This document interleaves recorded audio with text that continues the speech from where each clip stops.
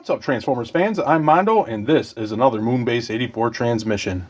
Transformers 1 is only a few weeks away, and I'm getting really excited. I cannot wait to go see that movie, and I'm also very excited to finally be able to check out some of the toys. So that's what we're going to do today, and we're going to check out the Transformers 1 Studio Series Deluxe Optimus Prime. But quickly before I do, if you could hit that like button, subscribe, and all that jazz, I would really appreciate it. It helps out the channel a lot. Okay, now let's check out this Prime figure. Now in the package, Prime is in his robot mode, as most Transformers are nowadays.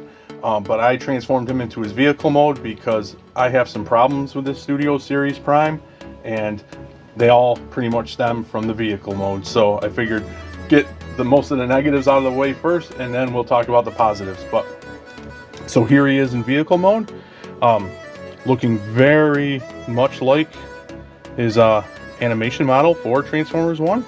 I do like a lot of the details, like on the roof. You got that clear plastic windscreen that's blue, and you can see the matrix poking out there, and some nice details. And of course he's traditional Prime colors, red and blue, and this weird off-color grayish brownish, which is odd. That color's odd to me. He has his smokes, well, what traditionally are smokestacks, but this is a Cybertronian truck, so blasters here in the front, and you got blasters here in the front, or I should say blasters on the side, blasters in the front. Take a look at that grill. You see a nice little yellow stripe. To the side, you got nice details. Now he is Cybertronian, so his wheels are on the inside. Tiny little wheels here, here, here. But you have these details on the side, you know, basically a wheel covering, I would say. And here's the back, which are obviously his legs, as most Prime figures are in truck mode. You got some nice grayish silver details in there. And you can see his Energon axe, which is an accessory that can be stored there. And it is a pain to plug in, at least on my copy, and kind of annoying to get out. I wish it just plugged using the peg, but it doesn't. You have to take it and wedge it using these two little tabs on the side, into these like hooks on his legs.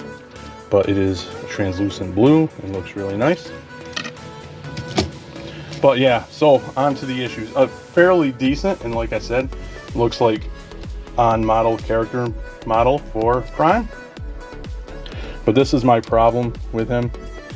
As we go back to the front and look, very gappy. I don't know if the camera's picking up the holes here,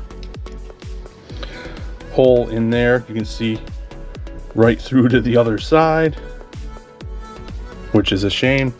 But the most egregious part to me is, you probably saw it when I was showing off the figure, his arms and fists are just hanging out on the side, and they're hanging on, well, kind of hanging on to these posts and pegged in here.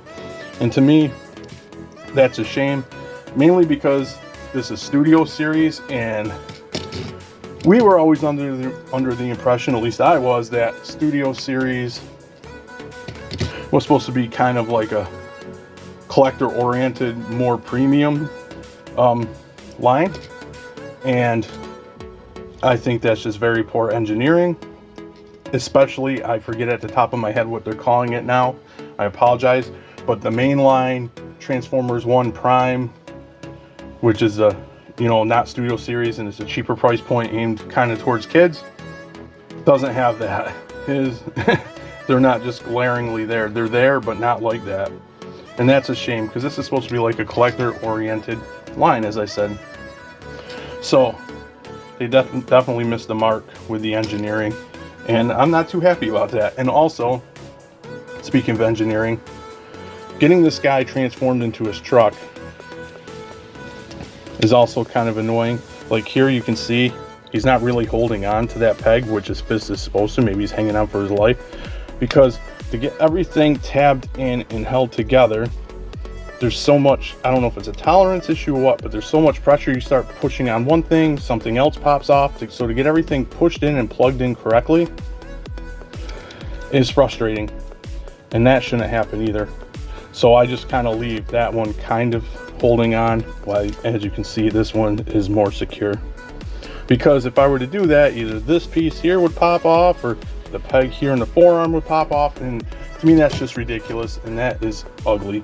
And it mars an otherwise pretty nice looking truck mode, besides the gaps. The gaps are ugly too, so kind of, well, not kind of, I'm disappointed in how they engineered and the way this truck mode came out. So as usual, I'm going to transform Prime off camera and we'll take a closer look at his robot mode, and hopefully it's not as disappointing as the truck mode.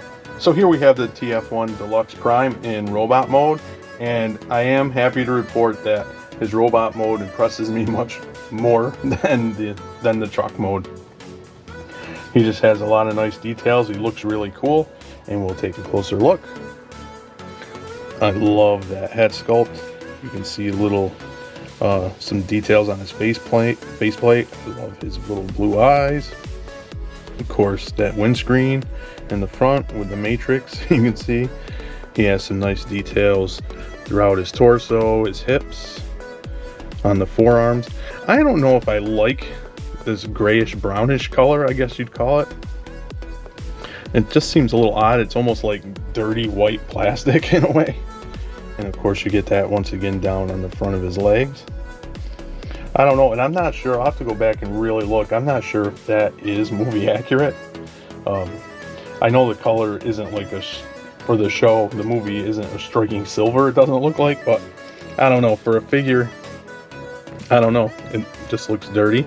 But yeah, I do love the design they are going with for the movie, for the bots, all the bots, and I think they look cool, they look fresh, and they look different. Again, that head sculpt is really awesome. And there's the side. You get some more details, some more of that dirty gray. And there's the smokestacks, and here's the back. So as you can see, he's also very solid. Where the truck mode had those ugly gaps, his robot mode has very little hollowness, maybe a little bit in here. But yeah, I think the robot mode came out looking really nice.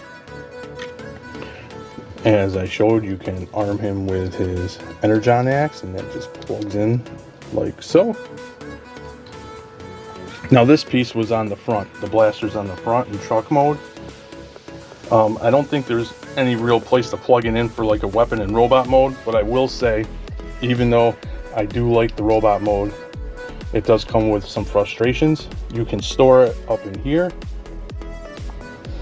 but it's a pain, and I'm not even gonna try it for the video because it just wants to pop out all the time and fall. But you store it up in here and it folds down to hide it, which is a cool idea. Oh, I forgot in truck mode to highlight the little lights here. I'm noticing details as I'm going from the truck mode as I'm going over the robot mode, but that's probably because the truck mode was disappointing, as I said. And there's some lights there, which this covers in truck mode, and then you have the fake ones here in robot mode. You can also take off his smokestacks. They're very tight, but you can take them both off and use them for blasters. Oh, if you plug them in properly, you can. Get in there. That's another thing. To plug things in, everything's very tight and doesn't want to go in. They either want to pop off or not go in, so that's frustrating. There. It's a little frustrating. But you can use blasters. You can do, obviously, with that one as well. As we've been seeing, he does have his matrix, which is removable. And it is a different matrix than the mold that we've been getting for a long time. I'm not going to take it out, but it does look really nice and really tiny. So then, now we will go over articulation, and this was a little tad frustrating, but there's another frustrating part I'm going to mention as we do articulation. His head has a lot of nice movement. It's got side to side, it's on a ball, it can look up so he can fly if he wanted to, down a little bit, but yeah, really nice. His arms go out, but there's also a butterfly, which is awesome. And of course you get the bicep swivel in the elbow. You get the wrists, you get a waist, and you can hear that. As we move down, here's some more frustration. This like hip piece, while it does look nice, it is frustrating. It comes unpegged very easily, I should say, but you move it to get my copy. The ball joints on for the legs are really tight, but of course you get the full range, nice range for the legs, thigh swivel, knee bend, foot back, and tilt. But yeah, this thing pops off. I'm surprised it didn't while I was doing that. Of course it didn't, but it gets stuck and caught up on the legs, and it pops off a lot. And it's just a little frustrating when you're trying to mess with him, because to me, like, I'm trying not to touch this while I'm moving him around and make it pop off. So I have a tendency to hold his backpack, and then that pushes in, and he's a little fiddly, is what I'll say, in robot mode, to get him to move around sometimes. See, like, I just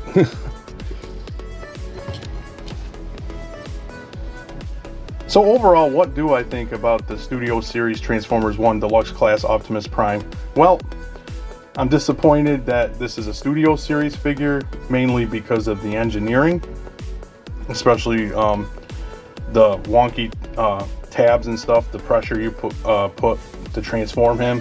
You try to line things up, other things pop out. It gets very frustrating to me.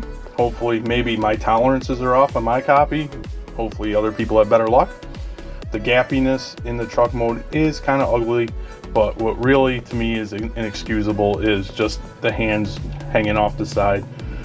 I mean, I know they're toys, and I'm usually not super finicky about that, where like I complain too much about kibble and things like that. But when it's that egregious, it looks like they gave up. Like they just gave up.